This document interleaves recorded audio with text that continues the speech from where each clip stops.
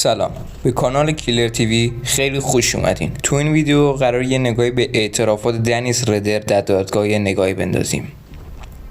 متهم 15 ژانویه سال 1974 یعنی سه‌شنبه 25 دی سال 1352 عمدن جوزف اوترو رو کشتن. قاضی: خب آقای ردر، چیزهای بیشتری از اون روز یعنی 15 ژانویه سال 1974 یعنی سه‌شنبه 25 دی سال 1352 میخوام بدونم. میتونید بهم بگید که کجا رفتید آقای جوزف اوترو رو بکشید؟ متهم: فکر کنم پلاک 1834 خیابون اجمور بود. قاضی: میتونید به من بگید حدوداً چه ساعتی از روز رفتین اونجا؟ متهم: ساعت 19 یا 19 و نیم عصر بود. قاضی: اونجایی که رفتید اونا رو از قبل میشناختین؟ متهم: راستش نه، قسمتی از تخیلات خودم بود، اونا انتخاب شده بودن. قاضی: خب پس توی مدت درگیری خیال پردازی و خیال بافی خودتون شده بودید؟ متهم: بله عالی جناب. قاضی: اونجا که از کلمه تخیل استفاده کردین منظورتون اینه که تخیل شما به خاطر لذت‌های شخصی بوده؟ تخیل عالی جناب. بله متوجه شدم. پس شما رفتین خونه‌شون و بعدن چی شد؟ خب کمی راجع به این که باید با خانم اوترو یا دختر جوزفین چی کار میکردم خیال پردازی کردم. وقتی اومدن بیرون خونه روبروی هم قرار گرفتیم، بعد رفتیم توی خونه. از قبل پیش بینی کرده بودی؟ یه جورایی بله قربان. وقتی رفتم توی خونه یادم رفت قرار بود چی کار کنم، اما تو ذهنم میدونستم چی کارهایی باید بکنم. قاضی: یعنی؟ متهم: اما همون روز اول عصبی شدم. بعدش؟ قاضی: قبل از اینکه پیش بینی کنی میدونستی کی اون خونه است؟ متهم: فکر میکردم خانم اوترو و دوتا بچه‌هاش فقط خونه باشن، فکرشو نمیکردم که آقای اوترو هم خونه باشه. قاضی: آقای ردر چطوری رفتی توی خونهشون؟ متهم: از در پشتی رفتم، سیم تلفن رو هم قطع کردم، همونجا کنار در پشتی منتظر موندم، نمیدونستم چی کار کنم تا شب صبر کردم، بعد میرفتم سراغشون یا اینکه اصلا بیخیال کشتنشون میشدم، اما در خیلی زود باز شد و رفتم توی خونه. قاضی: پس در باز شد، در برای شما باز شد یا کسی در رو باز کرد؟ متهم: فکر کنم یکی از بچه‌ها که اسمش جوزف بود، نه دختر جونیور بود، در رو باز کرد واسم. احتمالاً در رو باز گذاشته بودن تا سگشون بره بیرون، حالا هم در رو باز کرده بود دوباره سگشون بیاد خونه. قاضی: بعد از اینکه رفتی خونهشون چی شد؟ متهم: همشون رو تو اتاق دیدم، اسلحه رو در آوردم، طرف آقای اوترو نشونه گرفتم و راستش میخواستم خودرو اونو بدزدم، گرسنه بودم، غذا میخواستم، ازش خواستم همونجا تو اتاق پذیرایی رو زمین دراز بکشه. بعدش فهمیدم این فکر خوبی نیست، اون سگ مشکل اصلی من بود. بعدش با آقای اوترو گفتم سگ رو از خونه بیرون کنه که اونم به یکی از بچه‌ها گفت سگ رو ببره بیرون. بعدش همشون رو با تهدید اسلحه بردم تو اتاق خواب. قاضی: چه کسی رو بردین اتاق خواب؟ متهم: همه خانواده رو، همون 4 نفر. قاضی: خب بعدش؟ متهم: بعدش دست و پای همشون رو بستم.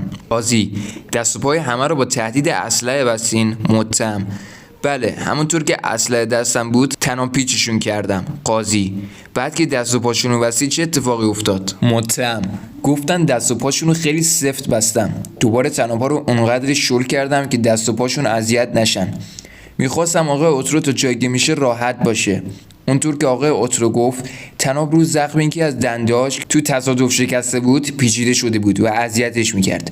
یه بالش گذاشتم زیر سرش که اذیت نشه، گذاشتم یه پالتو تنش کنه که به دنده‌هاش فشار نیاد. اونا بهم گفتن خودرو، پول یا هر چیز دیگه که لازم دارم ببرم، ولی با خودشون کاری نداشته باشم. فکر کنم خیلی هم پول نداشتن.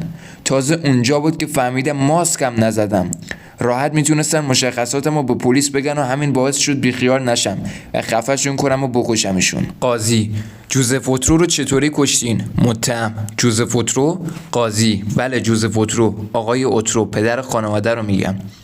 متهم: سرش کیسه پلاستیکی کشیدم و دور گردنشو چند دور سیم پیچیدم و گره زدم. قاضی: تو اتاق خواب این کار رو انجام دادین؟ متهم: بله عالی جناب. این کارو کردی خفه شد و مرد یا زنده موند؟ متهم: همون موقع نه. قاضی: پس چی شد؟ متهم: قبل از اینکه آقای اوترو رو بکشم تا حالا این کارو نکرده بودم، واسه همین اصلا نمیدونستم چطوری باید این کار رو انجام بدم یا چقدر طول میکشه که بمیره. قاضی: دست و پای زنش رو هم همونجا تو اتاق خواب بستید؟ متهم: هر دو دست و پاهاشو تو اتاق خواب بستم. زنش روی تخت بود. قاضی: بچه ها هم اونجا بودن؟ متهم: خب جوزفین روی تخت بود و جونیور روی زمین بود. قاضی: کیسه پلاستیکی کشیدی سر آقای جوزف رو؟ بعدش چی شد؟ متهم: کلید خودرو رو برداشتم. برای اینکه فکر راه فرار خودمو کرده بودم، یه کمی هم خونه رو مرتب کردم. همه چیز رو بررسی کردم تا چیزی جا نذاشته باشم. بعدم از در جلویی خونه رفتم بیرون و با خودروشون رفتم دیلونز. خودرو رو گذاشتم اونجا. آخر سرم برگشتم سوار خودرو خودم شدم. قاضی: آقای ردر، اینطور که فهمیدم باید بگم اولین نفری که از خانواده اترو کشین آقای اترو بودن و بعد همسرش. پسر و آخرین نفری که کشتید جوزفین دختر خانواده بوده و در اصل شما 4 قتل عمد مرتکب شدید. درسته؟ بله عالی جناب.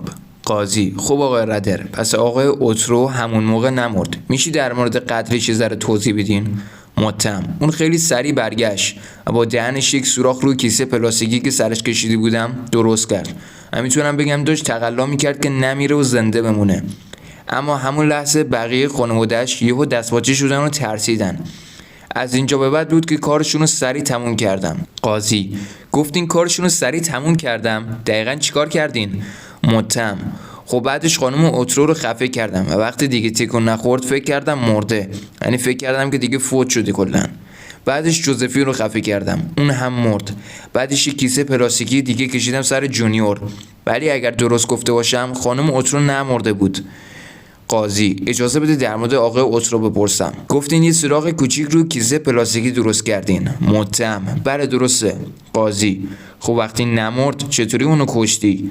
متهم: یه کیسه پلاستیکی دیگه کشیدم سرش. فکر کنم یه دیگه پارچه هم کشیدم رو سرش. یه کیسه دیگه دوباره کشیدم رو سرش. بعدش همشونو به هم گره زدم. خب بعدش همشون مردن؟ متهم: بله، ولی خب منتظر نموندم ببینم کی و چطوری میمیره. داشتم توی خونه میگشتم و وسایل برداشت رو برمی‌داشتم. قاضی: پس اقرار میکنید خانم اترو رو دوبار بعد از کشتن شوهرش به قتل رسوندین؟ درسته؟ متهم: بله درست سوال جناب. وقتی دوباره برگشتم دیدم زنده مونده. اینطور شد که خفش کردم. قاضی: بسیار خوب. متهم: بالاخره این بود که خانم اترو همون موقع کشته شد و کلا خانواده اترو رو به درک واصل کردم. خب سلاطین، خیلی ممنون که تا این لحظه از ویدیو با من همراه بودید. اگر از ویدیو خوشتون اومد ممنون میشم که حتما ویدیو رو لایکش کنید. نظری، انتقاد یا هر چیز دیگه داشتید حتما داخل کامنت ها برام بنویسید و اگه به این سبک از ویدیو علاقه دارید ممنون میشم که کانال منو سابسکرایب کنید و تا ویدیو بعدی.